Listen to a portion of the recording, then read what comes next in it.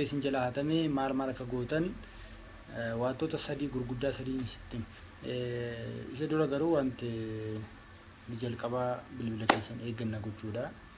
Kan eeggannaa gootanis yeroo baay'ee harkatti yoo qabattan irra gaariidha. Yeroo taaksii seentan yeroo iddoo namoota baay'ee waan garaagaraa bilbila keessan harkatti baachuu yoo shakaltan gaariidha. Warreen kaanis yeroo isin bilbila kiisitti deebistan sin hordofan isin irraa fudhattu waan akkasitti waan ta'eef yeroo baay'ee waan maragaa jiru waan ta'eef jechuudha. Wantoota gurguddaa sadii jennu kun maal yoo inni jalqabaa odeeffannoo bilbila keessanii sirriitti beekuudha. Kunis IMEI bilbila keessanii qabachuu. IMEI bilbila keessanii urjii riqicha duwwaa jahaan sanii baa yookaan immoo seetingii bilbila keessanii keessatti about foonii yeroo bantan IMEI bilbila keessanii jira. Kan kanarraan alaa duuba bilbila keessanii irratti maxxanfamee jirti.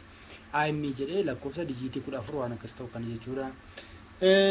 Achirraa maanni isa kana qabatanii namoota teelee keessatti hojjetan yookaan 994 irraa hojjetan isaaniif erguu lakkoofsa kana isaaniif yoo ergitanii isaan maal godhu achirraa bilbila maaltu lakkoofsa kamtu bilbila keessan isa hatame sana keessa akka galeeru adda isiniif baasu jechuudha.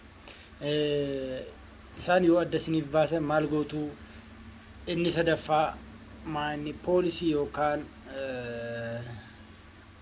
nama isinii qabuu danda'u nama hordofee isinii qabuu danda'u qabaachuu qabdu jechuudha.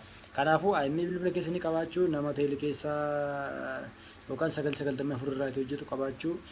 Inni sadaffaan poolisii yookaan nama amantan yoo ta'e malee inni kaan achumaan bilbila keessan qabee isin jalaa gurgurachuu danda'a.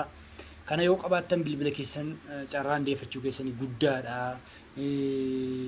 Yeroo tokko immoo akkaawuntiin faachuun find my phone kun faas jira. Garuu isaan maal ta'a yeroo baay'ee bilbilli immediate akkuma badeen siimii keessaa baasuu hattoonnis beeku waan ta'eef siimii keessaa baasuu intarneetitti konneektiin godhan kanadha.